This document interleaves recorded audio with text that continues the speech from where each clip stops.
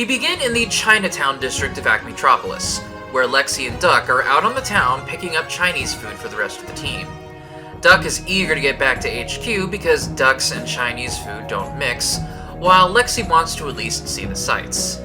Unfortunately, their trip is cut short when Lexi detects tremors brewing with her super hearing, which leads into a large earthquake hitting the district. Almost instantly, an aftershock hits, resulting in the entirety of Chinatown getting raised high into the air and then collapsing in on itself. Elsewhere, our antagonist for the episode breaks into a museum to steal a large glowing jade crystal. There's going to be a whole lot more shaking going on. After the intro, we're back at HQ, where the team is discussing this new mountain that now stands where Chinatown used to be. Tech, especially, is dumbfounded, having no idea how such a geological event could realistically take place. Perhaps if I had enough time to build a more detailed model. I did it during my break. Total rush job. Tech, the little elevated trains are actually running.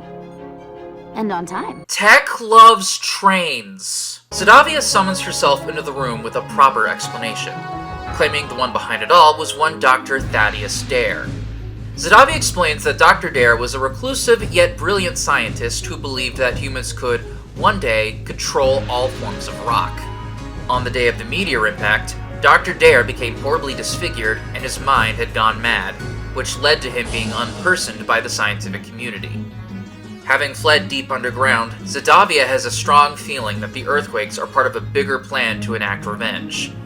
And with the Jade Serpent Crystal now in his hands, a special gem with a unique atomic structure that gives it unlimited energy, who knows just what could happen if he continues this earthquake spree. Using Tech's latest toy, the Loonatics begin the trek deep underneath the planet's surface, eventually finding the remains of Chinatown, which is currently hanging upside down.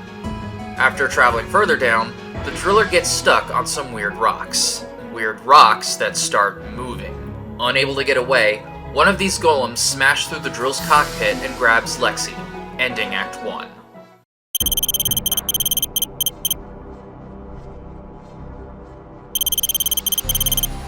Jack Monaco is truly a jack-of-all-trades sorts of writer, bouncing from show to show, but rarely ever sticking to one for long. Monaco began in the writer's room for Star Trek Voyager, then would jump to Disney's One Saturday Morning, where he would write episodes of Recess, Lloyd in Space, and Timo Supremo. When that block ended, he landed what would be his biggest role in his entire career, acting as one of the people in charge of stories for Megas XLR. Going underground would be Monaco's sole writing credit for Loonatics. Afterwards, Monaco would bounce around more shows' writers' rooms, including Higglytown Heroes, Puka, and Special Agent Oso. His most recognizable work post-Loonatics includes R.L. Stine's The Haunting Hour and The Lion Guard. Outside of television work, Monaco would pen the 2011 graphic novel The Book of Lila. I'm not gonna beat around the bush here. Rick Kopp's resume left me dumbfounded for a good 5 minutes, and you'll soon find out why. Kopp began his career with a lone episode of Golden Girls, then would write a few episodes for shows like Babes, Flesh and Blood, Rhythm and Blues, Flying Blind, and Wings. Then came his big break, being one of the co-writers of the Brady Bunch movie. After that, he would create Team Knight Rider, co-write Scooby-Doo and the Witch's Ghost, and write 4 episodes of Teen Titans. Yeah, the fact Killer Moth lived in an exact replica of the Brady house was very much on purpose. Kopp would work in the story department for Loonatics for all but 1 episode of Season 1, that being the first episode. After Loonatics, Kopp would write 1 more Scooby-Doo film, Mecha Mutt Menace. Then, here comes the big one, would co-create, co-write, and star in the web series Where the Bears Are, a gay comedic murder mystery about 3 bears, yes, those kinds of bears, Grr, woof. Woof, woof. who keep getting drawn into murder investigations. I wish I was making this up. My friend Chip bought Sharon Tate's house in 1972, hasn't been laid since. This lasted 7 seasons, and I need to watch it all. Duck immediately comes to Lexi's rescue, stunning the golem temporarily with his fire blasts. The rest of the team follows suit, trying their best to take out as many of these golems as possible. But no matter how many times they best one, more seem to come out from the woodworks, proving to be one of their toughest fights seen in the series so far. Tech deduces that the reason they're so tough is because of the Jade Serpent Crystal. Rather than fight on his own, he opts to give the drill an extra boost of power at the expense of getting electrocuted, which manages to take out the remaining golems with ease. Alright, rock on!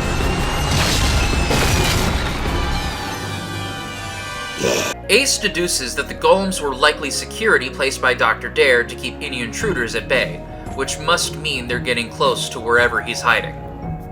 Turns out, they're very close. It's here where Dr. Dare reveals his main goal: turn Acmetropolis inside out, trapping the entire population underground while he has free roam of the surface to do with as he pleases.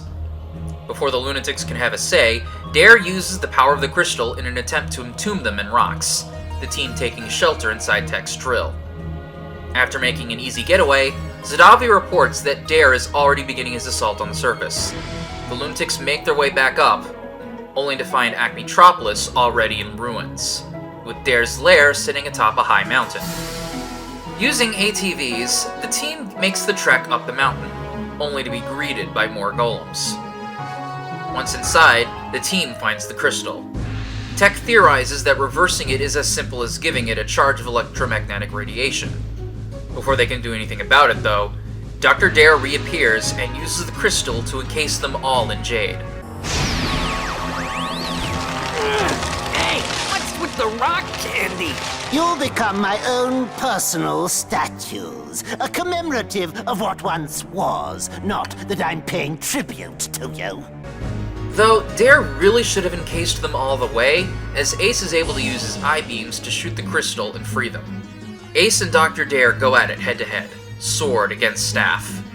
Dare attempts to get the upper hand by shooting some jade energy at Ace, but the sword deflects it back, turning Dr. Dare into a stone statue, killing him. Tech reverses the crystal's power, reverting Acmetropolis back to normal.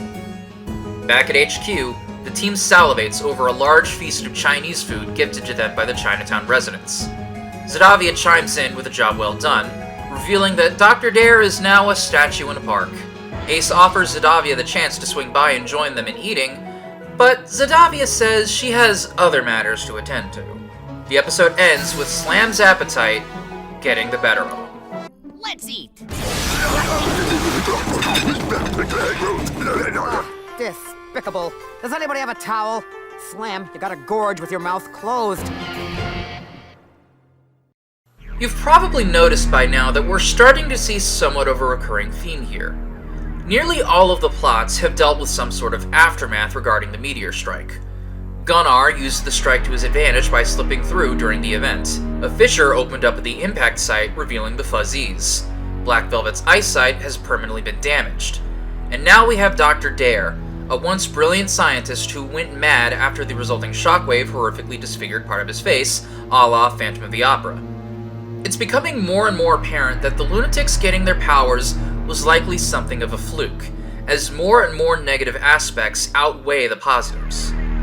But what makes this meteor so special, and why did it have such strange after effects? Maybe the next episode can tell us.